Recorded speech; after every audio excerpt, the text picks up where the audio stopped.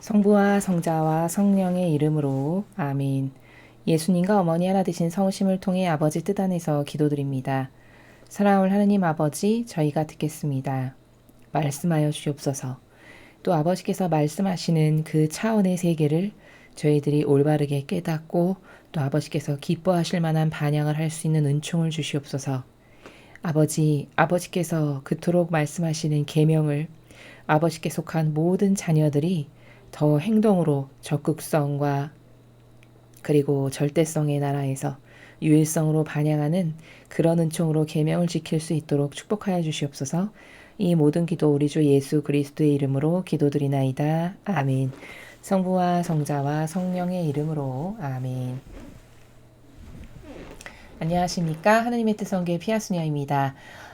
오늘 이제 하느님 아버지와 그분의 신성한 뜻의 축일 오후 3시 발연 기도 모임 때 하느님 아버지께서 말씀하신 메시지의 내용을 여러분들과 함께 학습해 보도록 하겠습니다.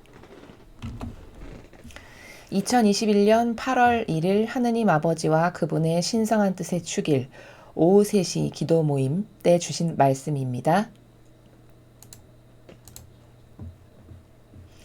참고로 이 메시지는 여러 날에 걸쳐 여러 부분으로 나누어 주어졌음을 말씀하고 계십니다.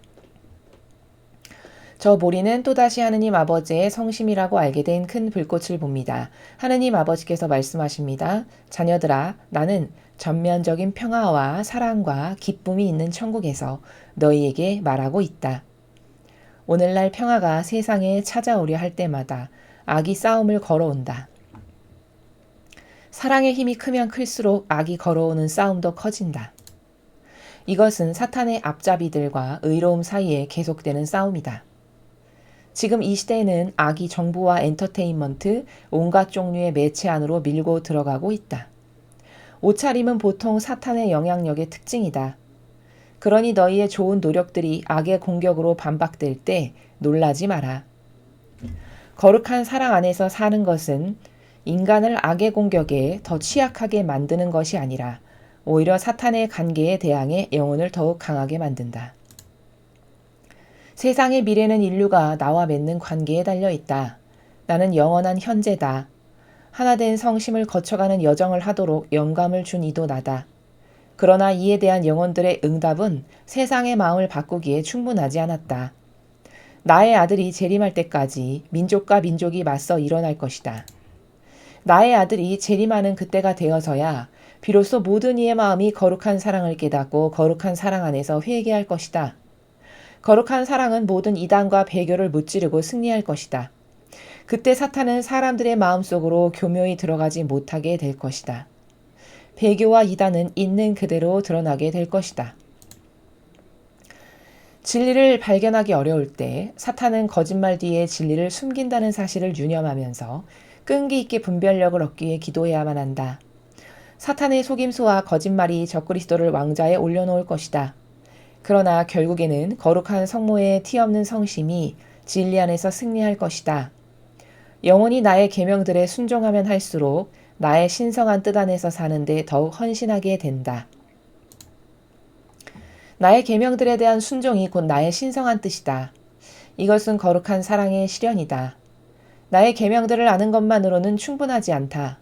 너희는 이 계명들을 반드시 삶으로 실천해야 한다. 이것이 천국으로 가는 너희의 열쇠다. 영혼이 나의 계명들을 삶으로 실천하면 할수록 그는 더욱더 거룩해진다. 오늘날의 세상에서는 불순종이 걷잡을 수 없이 퍼져나가고 있다. 나는 낙태는 나의 계명들을 거스르는 죄라는 사실을 지적한다.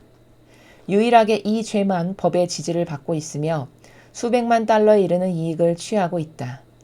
돈은 스스로 신이 되어 나의 코에 악취를 풍긴다. 오늘 나의 계획은 나에 대한 크나큰 사랑으로 인해 너희가 나의 계명들을 더욱 깊이 존중하도록 이끄는 데 있다. 이것을 위해 기도하여라. 지금 이 순간 내가 너희에게 말하고 있다는 사실을 믿거나 믿지 않는 것은 너희의 자유의지에 달렸다. 그러나 천국에 도달하려면 너희는 반드시 나의 계명들에 순종해야 한다. 하느님 아버지의 3가지 축복은 묵주기도의 영광의 신비 제5단을 바칠 때 주어졌습니다. 주님의 말씀입니다. 하느님 감사합니다.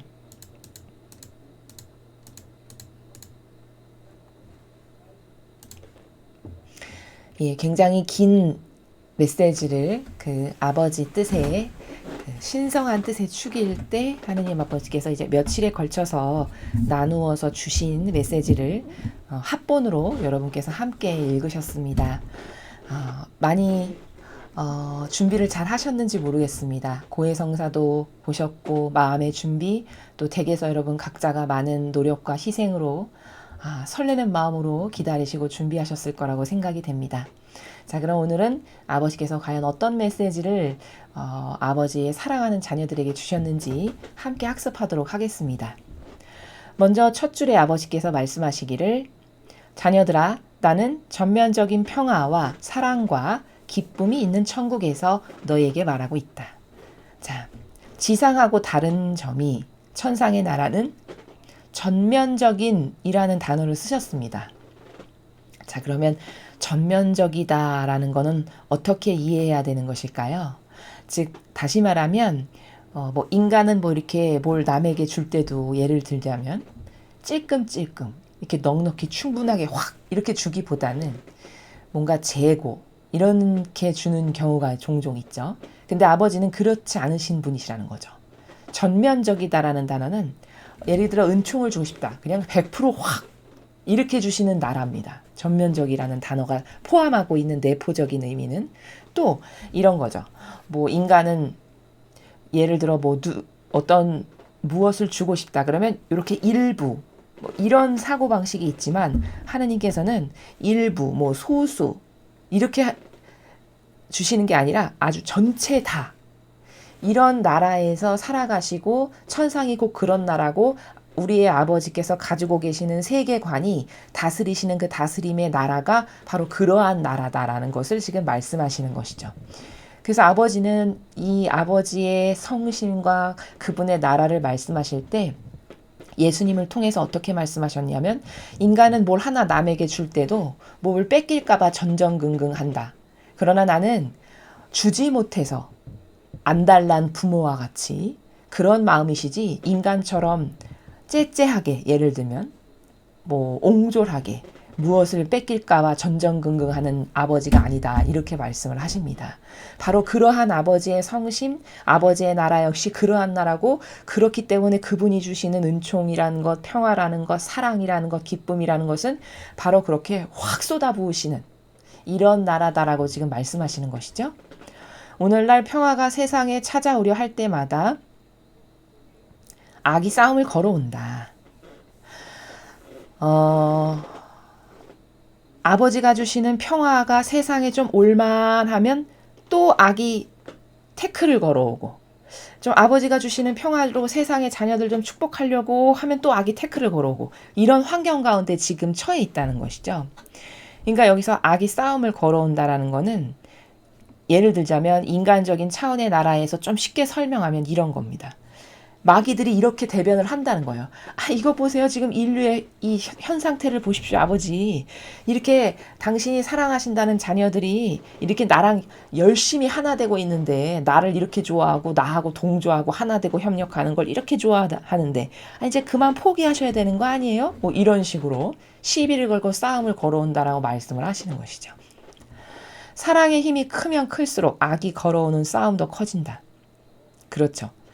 뭔가 은총과 축복이 많은 곳에 어둠도 깊을 수밖에 없는 그 원리를 아버지께서 지금 말씀하시는 것입니다.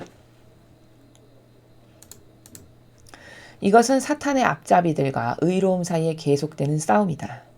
자, 하느님 백성인 의로움의 세력과 사탄의 앞잡이들과 끊임없이 지금 아주 대립각을 세우고 그 어느 때보다도 치열하고 맹렬하게 계속되는 영적인 싸움과 전쟁이다. 현재 우리가 살아가고 있는 이 시대의 영적 환경이.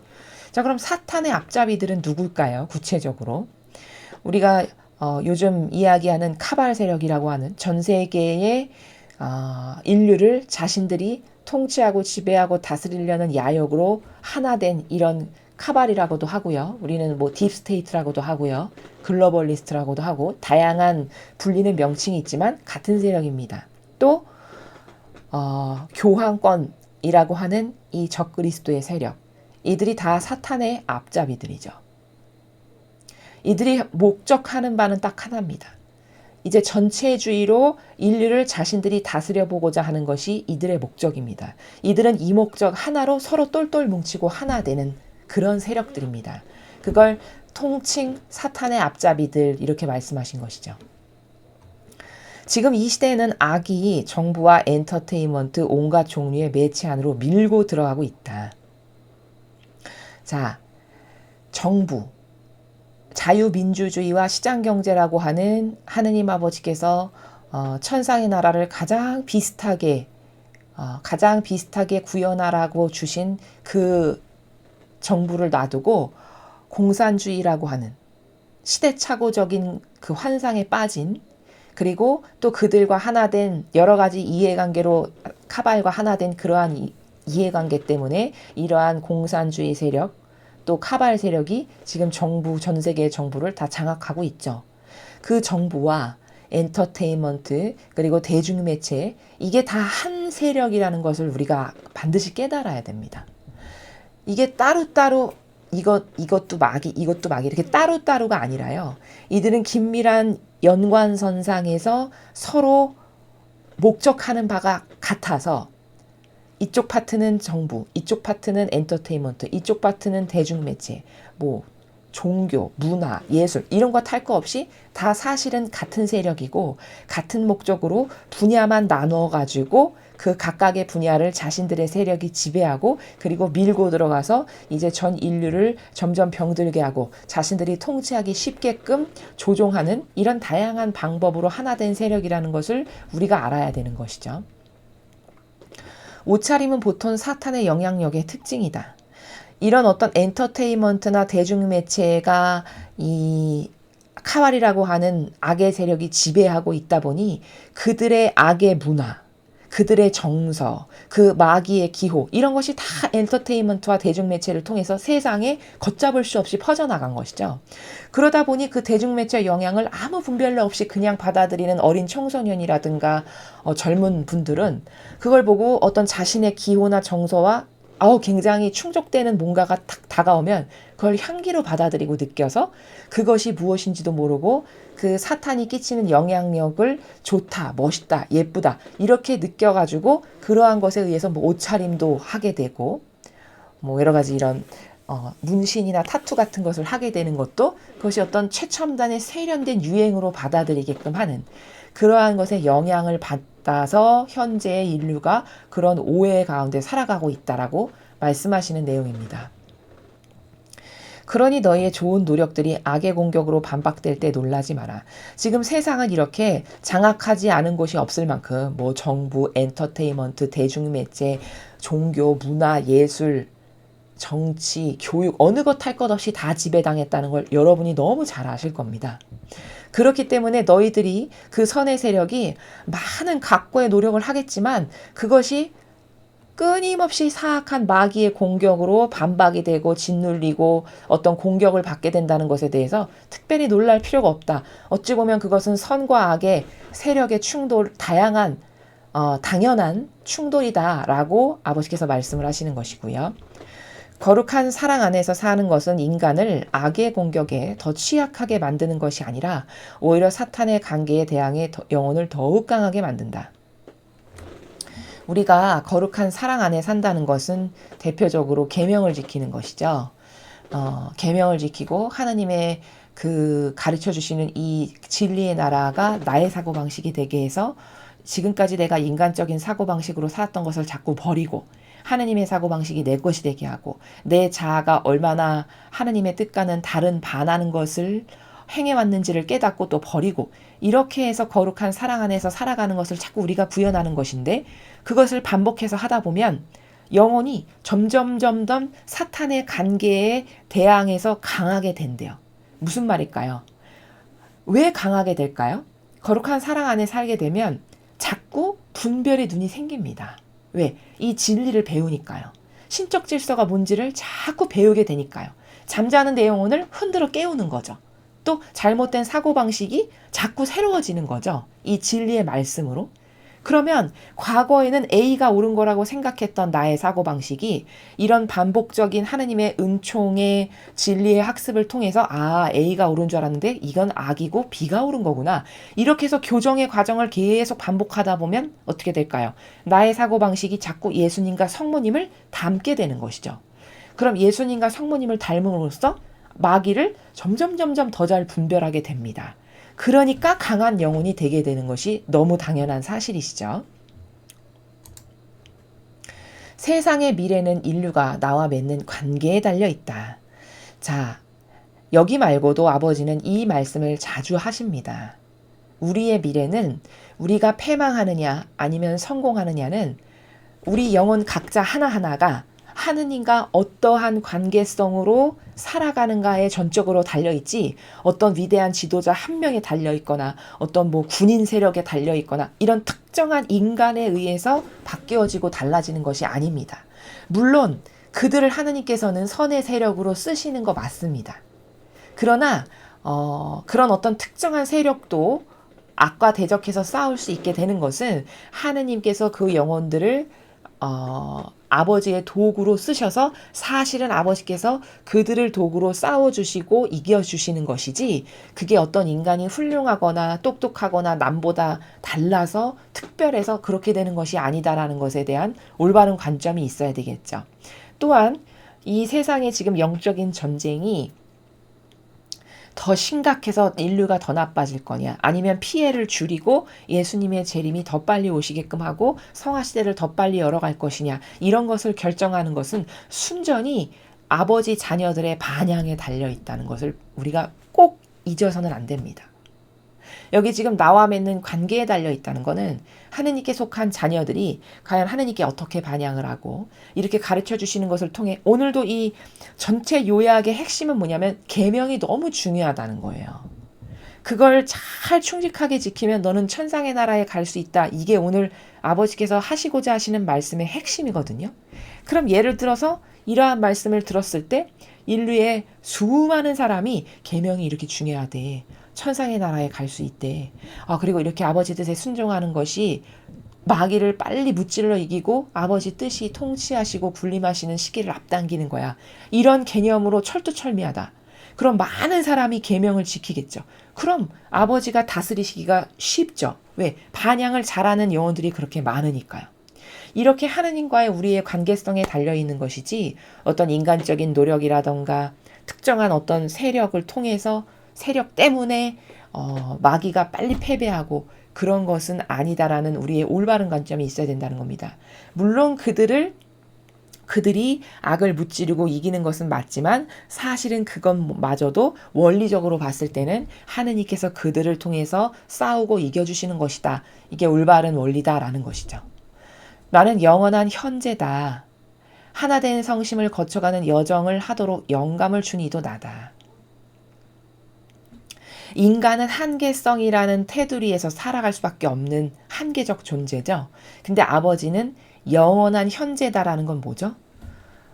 어제도 현재, 오늘도 현재, 내일도 현재, 2000년 전도 현재. 그러니까 끝이 없으신 어떤 한계성이 있으신 분이 아닌 그래서 알파요 오메가를 전체를 아우르시는 이런 분이다라고 밝히시는 거예요.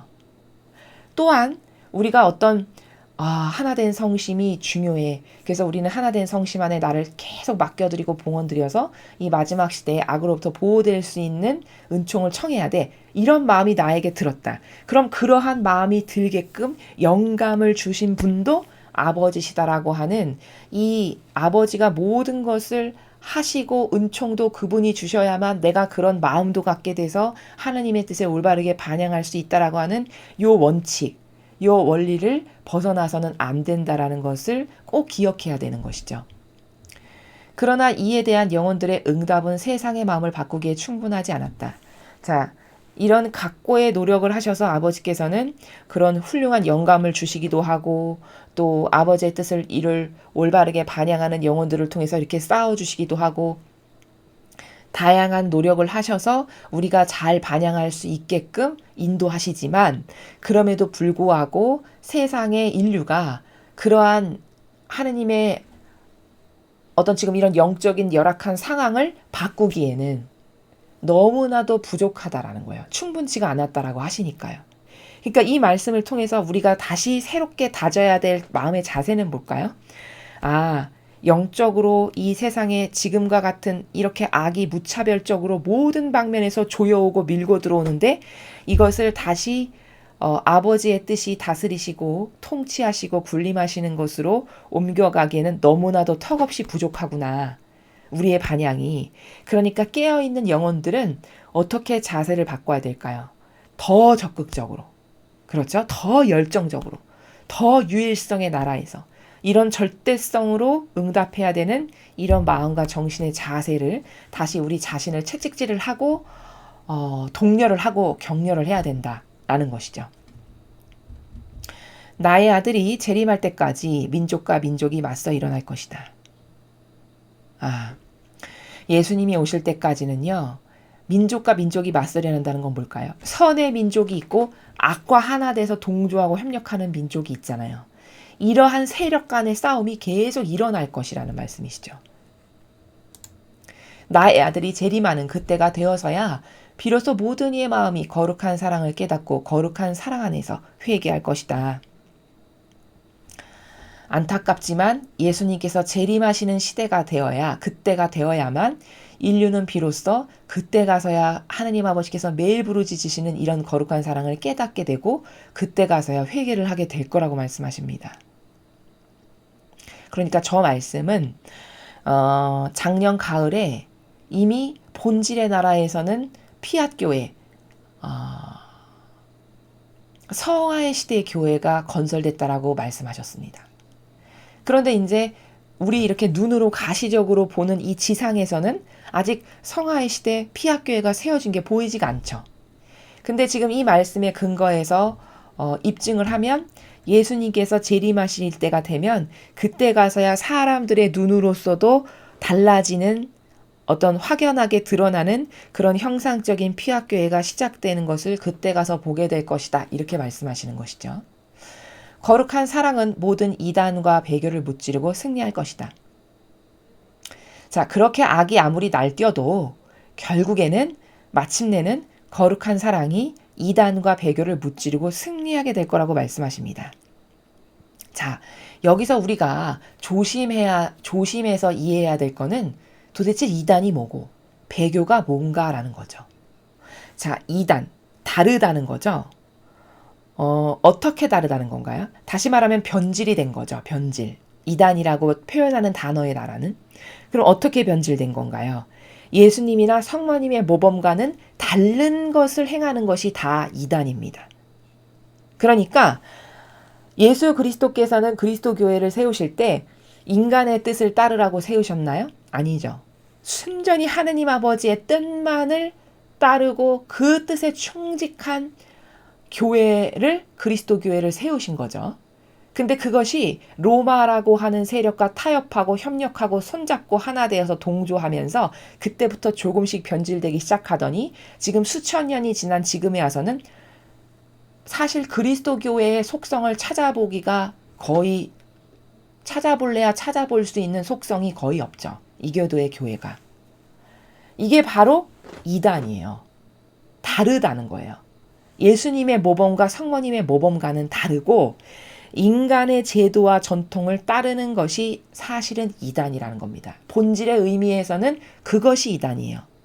또 배교는 뭘까요? 배교. 하느님을 저버린 것이죠. 그럼 하느님을 저버린다는 것은 뭘까요? 하느님의 뜻이 예수님을 통해서 세우신 그 그리스도 교회를 버린 것이 바로 배교입니다.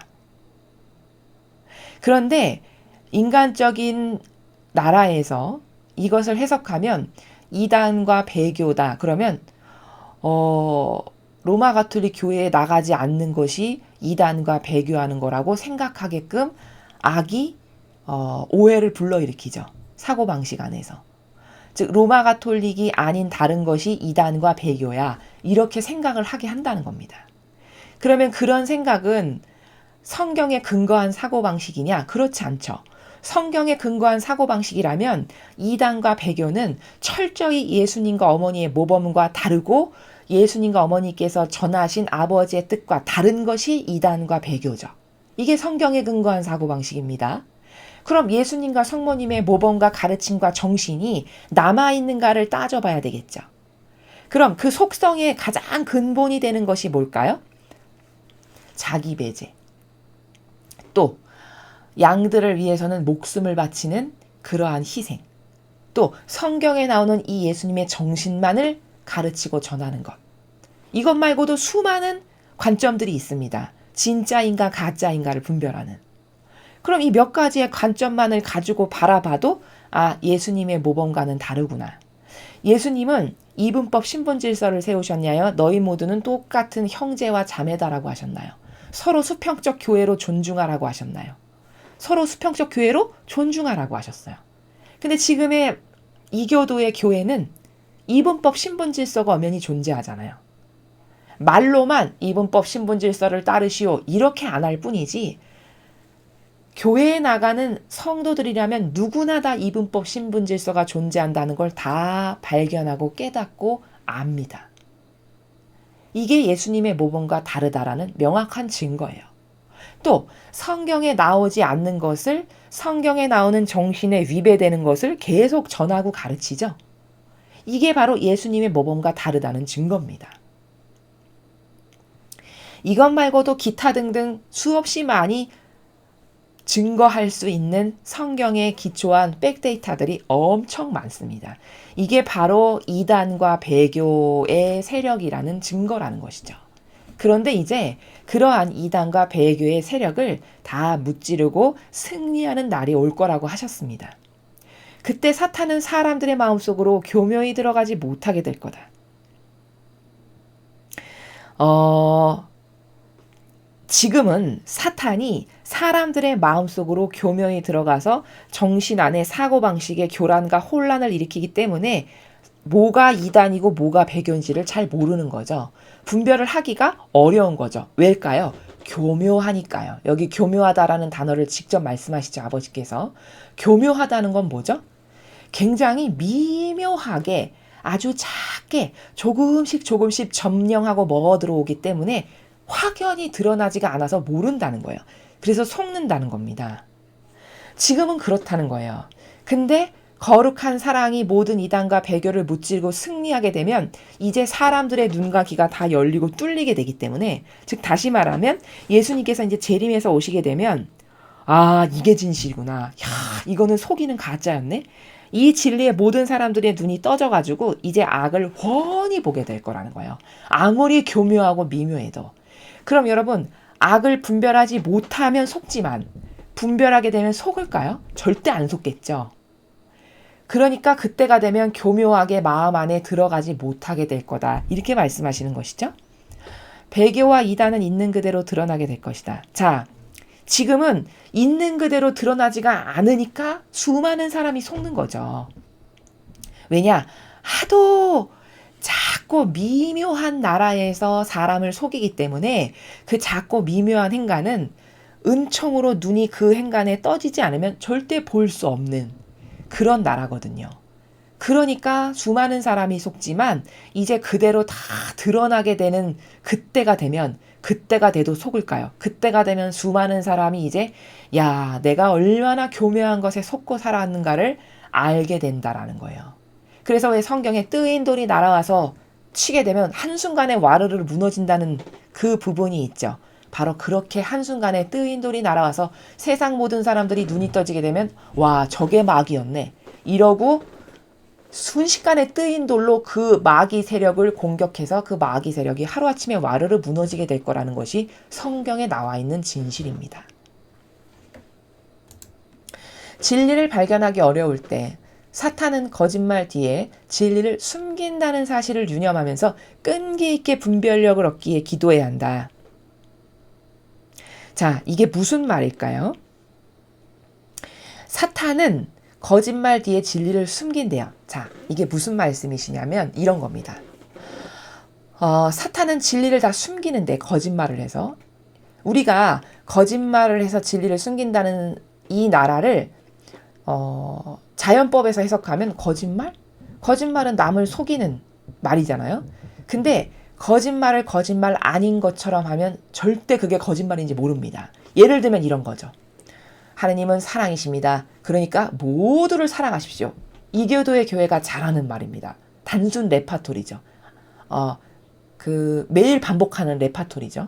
자, 그럼 이게 진실일까요? 거짓말일까요? 거짓말입니다. 왜 거짓말이라고 단언하죠? 성경과 다르니까요. 성경은 어떻게 가르치죠? 예수님께서는 하나님은 사랑이시니까 모두를 사랑해라 이렇게 가르치신 적 없습니다. 예수님은 내 양은 내 목소리를 알아듣는다. 이렇게 양도 심지어 구별을 하셨어요. 내 양, 내 양 아닌 양. 이렇게 분류가 된다는 거예요. 또 많은 일을 위하여 흘릴 피다. 모든 일을 위하여 흘릴 피라고 말씀 안 하셨거든요. 그럼 많은 일이라는 건 나에게 속한 내 자녀들을 위해서 흘릴 피라는 말씀이신 거죠. 여기도 구분하게 이렇게 명확하게 구분이 돼 있습니다. 그렇죠? 또 진리를 가르치실 때도 못 알아듣게 하려고 내가 비유로 말한다. 이렇게 말씀을 하세요. 그럼 이건 뭘까요? 모두를 사랑하는 나라의 정신이 아니네요. 그렇죠? 여기 말고도 엄청나게 많은 부분에서 하느님 아버지는 분명히 구분을 하셔서 나에게 속한 자녀, 속하지 않은 자녀를 구분하셔서 말씀을 하세요. 그럼 이게 진리의 나라고 이게 참된 진실과 사실이 바로 이거거든요. 근데 이교도의 교회는 하나님은 사랑이십니다. 그러니까 모두를 사랑하십시오. 그러니까 이 마귀도 끌어안고 저 마귀도 끌어안고 이 세력도 다 끌어안아야 됩니다. 이렇게 전하죠.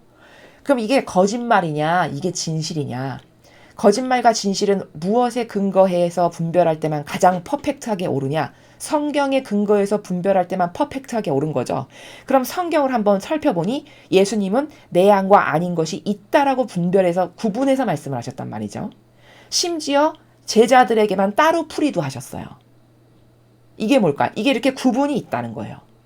그럼 예수님의 사랑, 그 거룩하시고 아름답고 고결하고 숭고하신 사랑도 이렇게 분명히 나에게 속하고 속하지 않은 것에 대해서 구분을 하셨는데, 아니 그 예수님을 능가해서 더 착해서 모두를 끌어안으라고 말하는 건가요? 그건 아니잖아요. 그럼 뭘까요? 이건 거짓말이라는 거예요.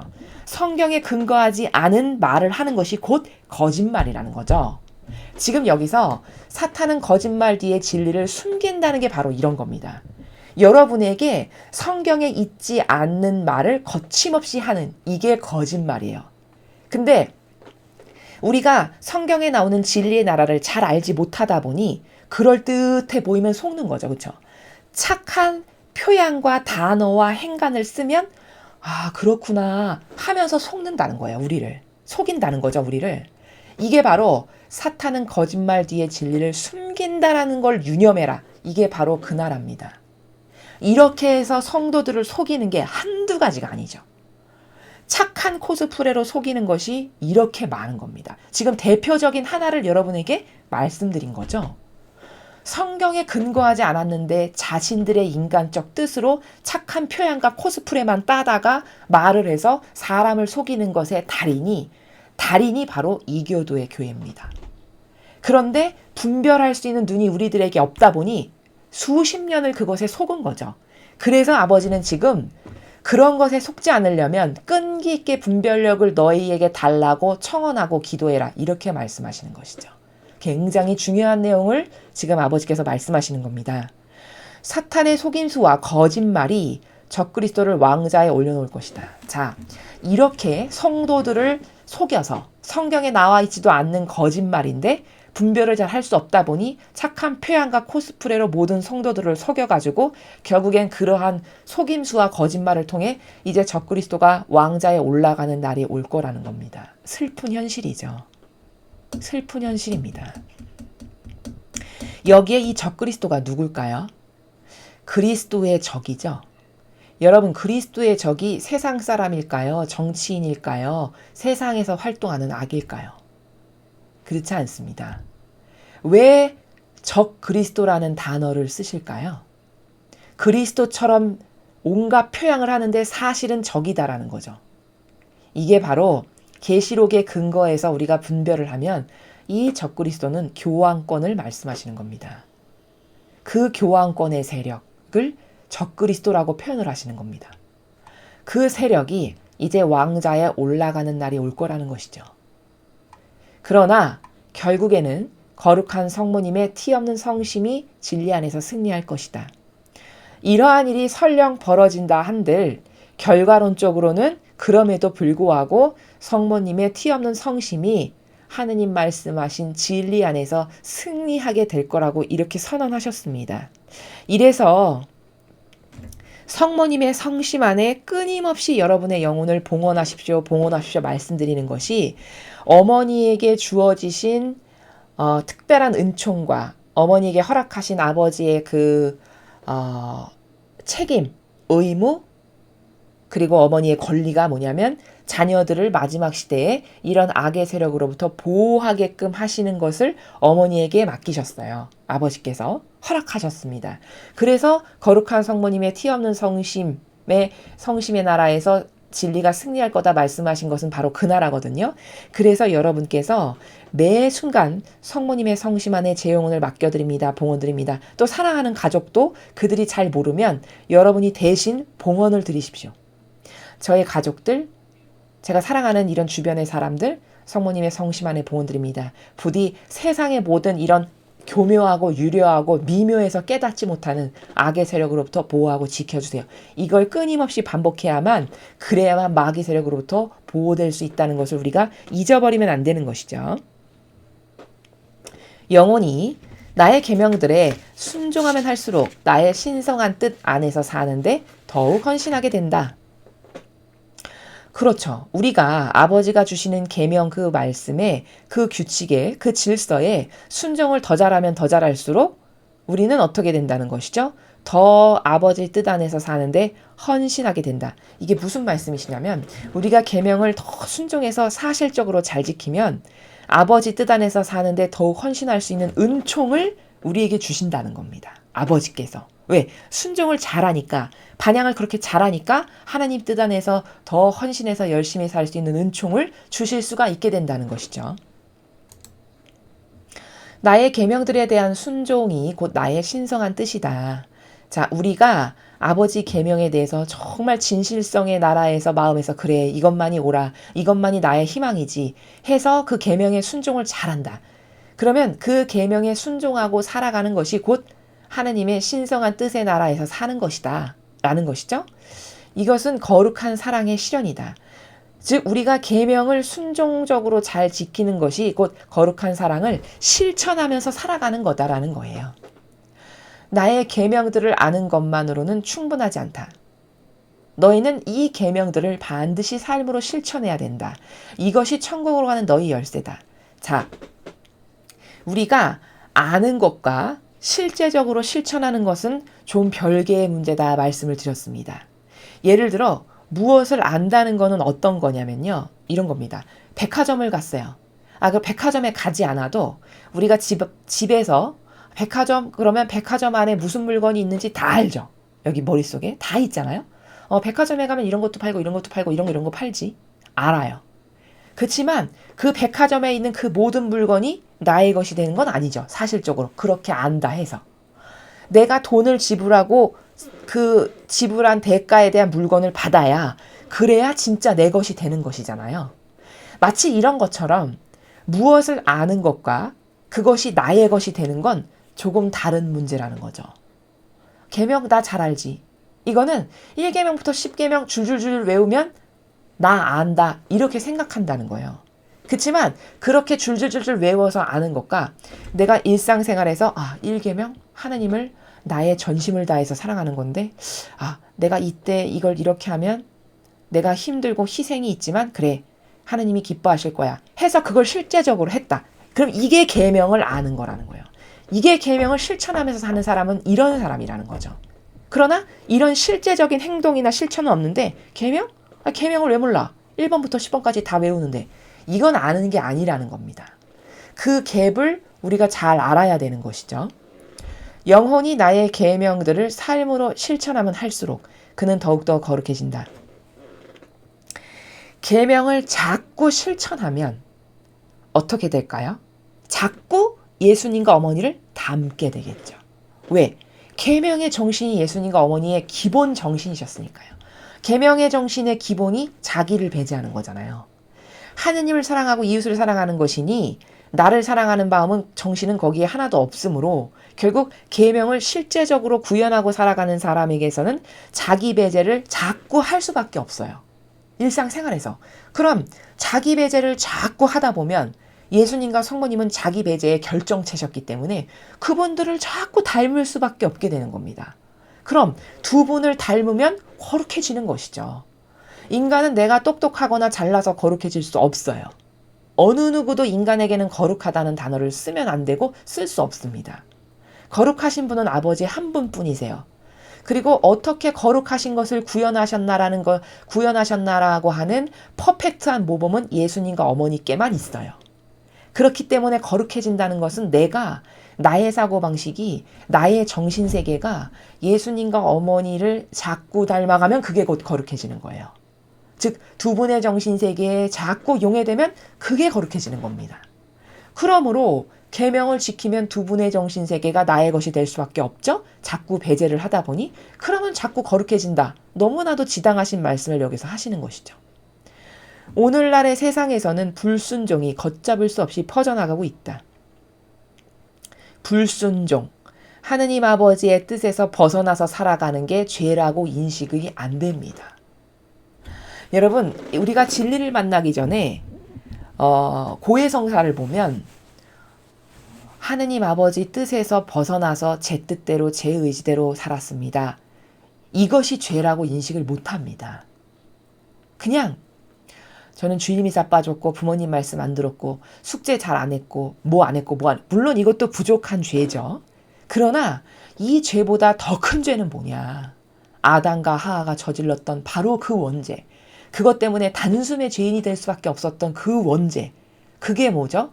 그게 자신의 의지를 아버지 의지로부터 뜯어서 나와서 내 멋대로 내가 하고 싶은 대로 내 의지 내 뜻을 따르면서 살았던 그 인류가 저지른 첫 번째 죄악이 근원적인 죄악입니다. 바로 그게 불순종이죠. 바로 아버지 뜻에서 내 뜻을 뜯어서 나와서 내 의지 뜻으로 멋대로 살기를 원했던 이 불순종이 죄악의 가장 기본이라는 겁니다. 근데 이거를 나 불순종 내 뜻으로 아버지 뜻에서 떨어져 나온 게 죄야. 이렇게 생각하는 것은 배우지 않고는 절대 깨달을 수 없는 나라죠.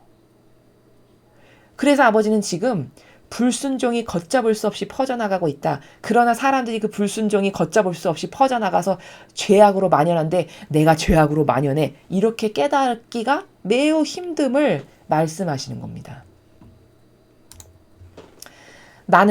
낙태는 나의 계명들을 거스르는 죄라는 사실을 지적한다. 생명을 하느님이 주셨나요? 내가 창조했나요? 하느님이 주신 생명이시죠. 그런데 그럼 그 소유권이 나에게 있나요? 하느님에게 있나요? 하느님께 당연히 있으시죠. 그럼 그 생명을 만드시고 창조하신 주인인 하느님께서 살리시고 죽이실 모든 권한이 그분께 있습니다.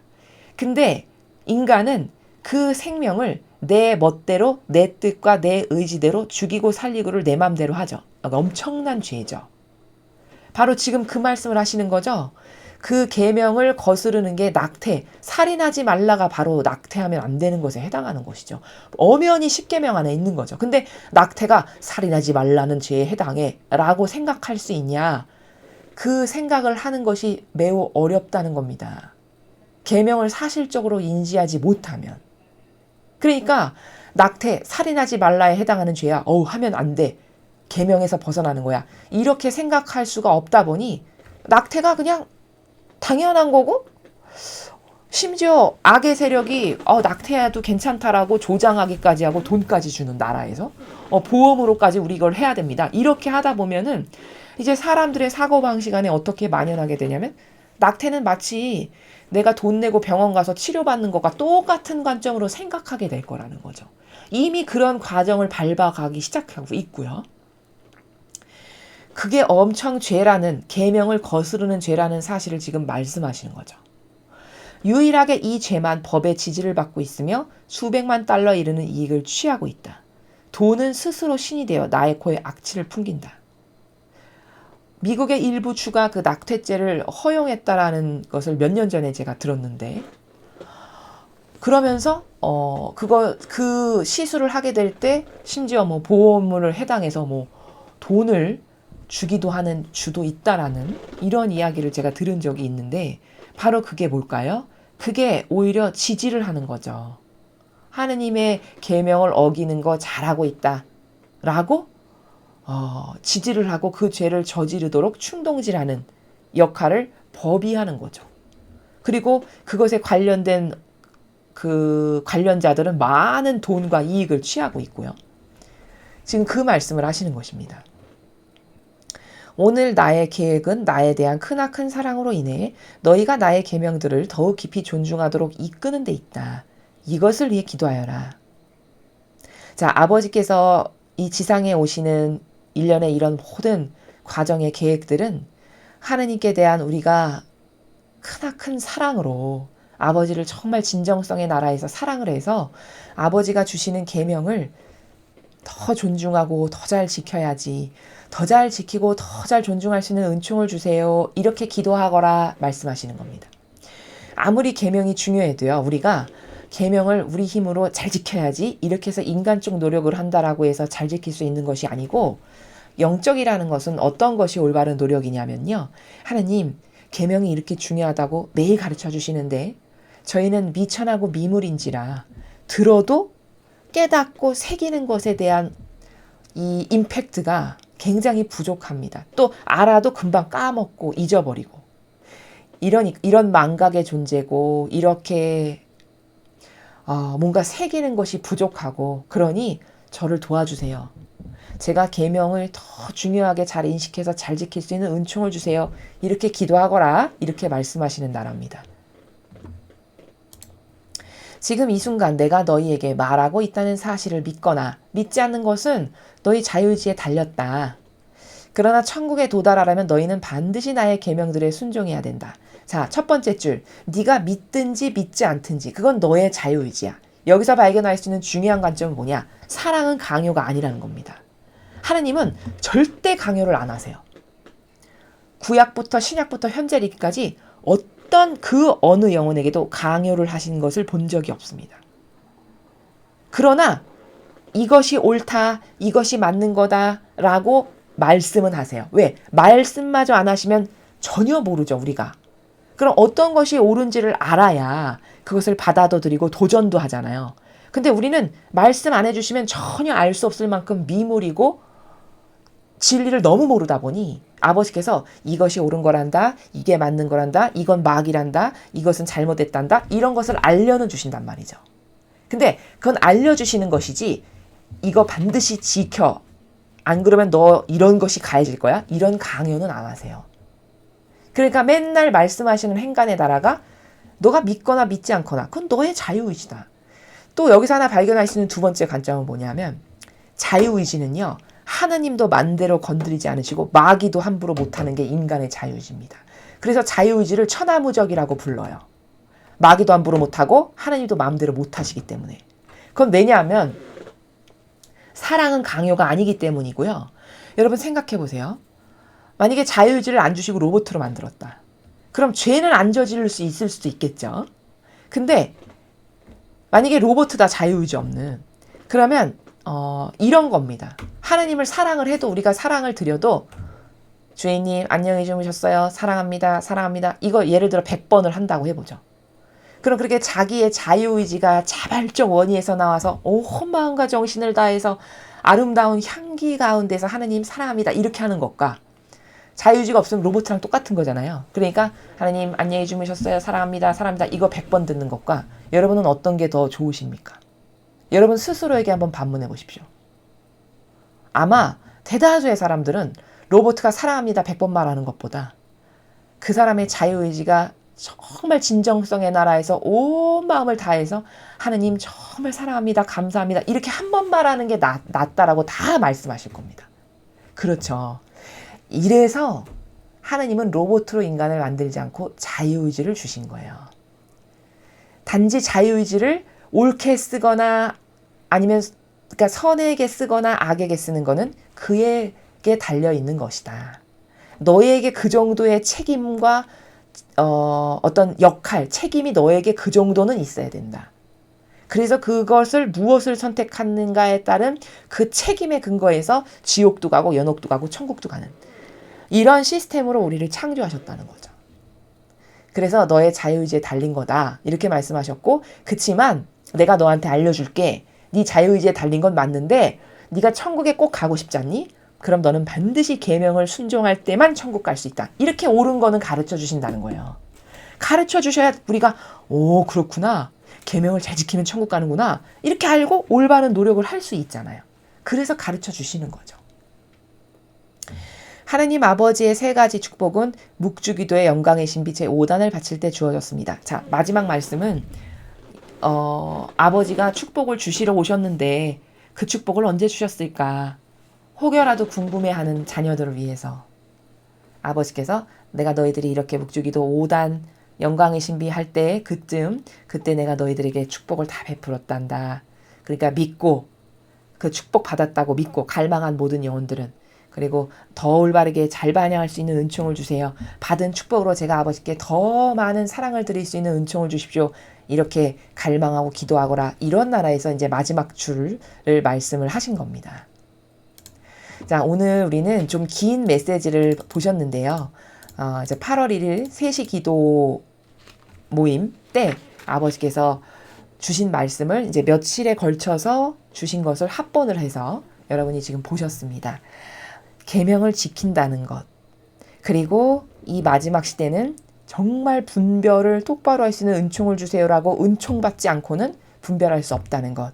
이 두 가지가 중요한 내용이니 여러분께서 더 마음에 새기셔서 아버지가 주시는 이런 많은 은총과 사랑들을 여러분의 것으로 만드셔서 또 올바르게 반향을 드리는 그런 여러분이 되셨으면 좋겠습니다.